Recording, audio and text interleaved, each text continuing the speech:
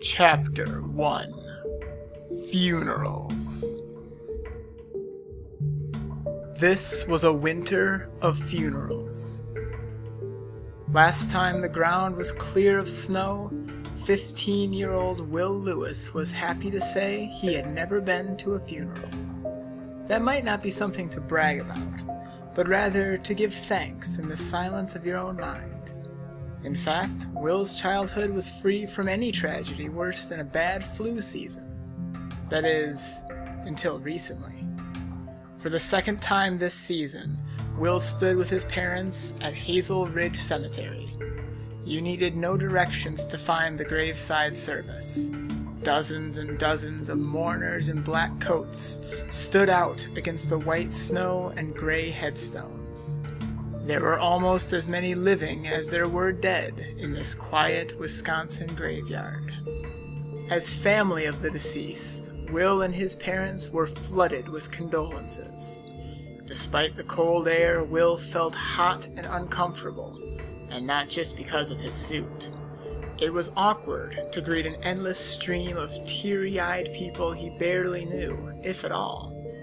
One man Will hadn't met until that moment gave him a tight, sobbing hug. I should be used to it by now, he thought. We went through this a few months ago. But last time was different, wasn't it?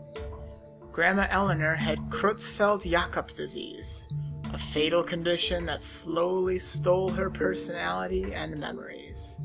Sure, she started getting better, but when a heart attack claimed her life, the people of Elkhorn already pictured a world without sweet old Eleanor Amon. A heavy-set woman in a black wool coat joined them. Will was grateful to see a familiar face.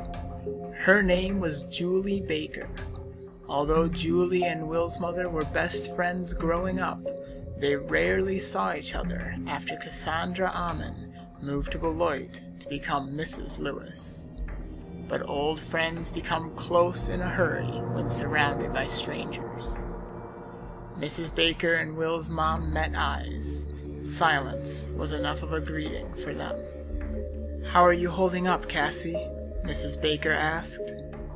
"I'm here," she said quietly, and left it at that. Will expected his mother to be in tears.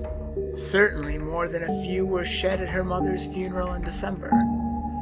But today, Cassandra Lewis, previously Amon, stood with her head held high and her eyes determinedly dry.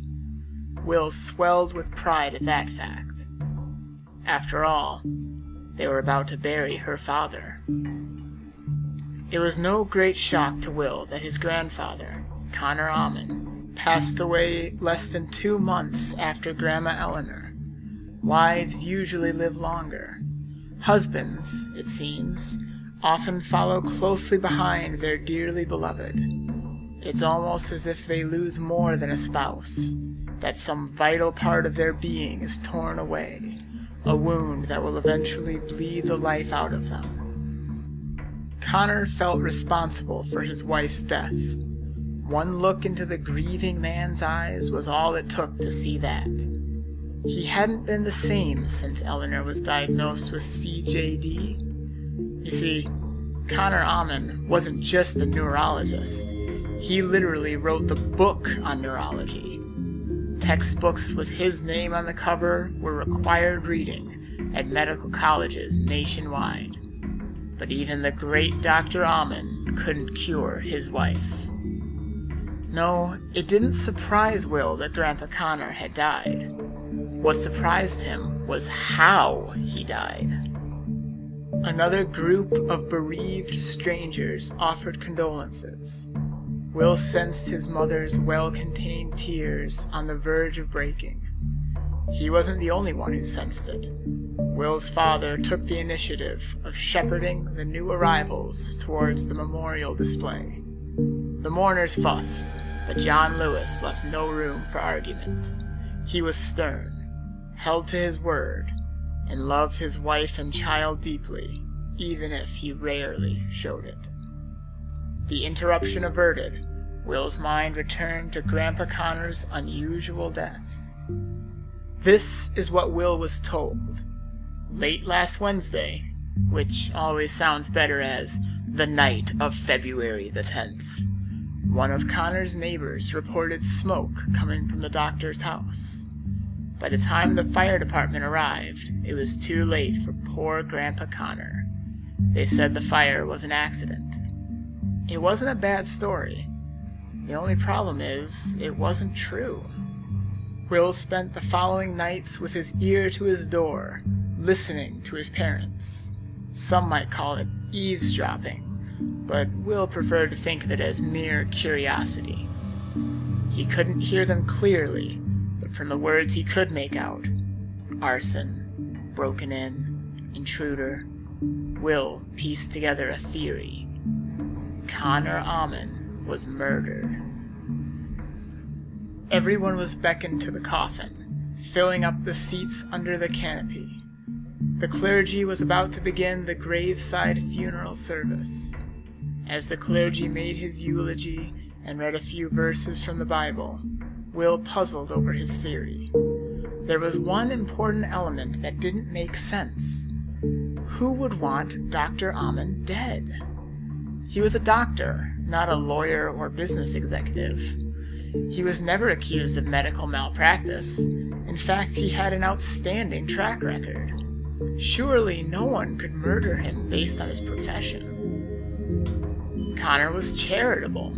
He didn't live luxuriously, and donated more money to the library, schools, and hospital than most people made in a year. Will's mother was the primary benefactor of Connor's estate. She had the most to gain financially, but was miles from Elkhorn at the time of her father's demise. Who, then, would murder Connor?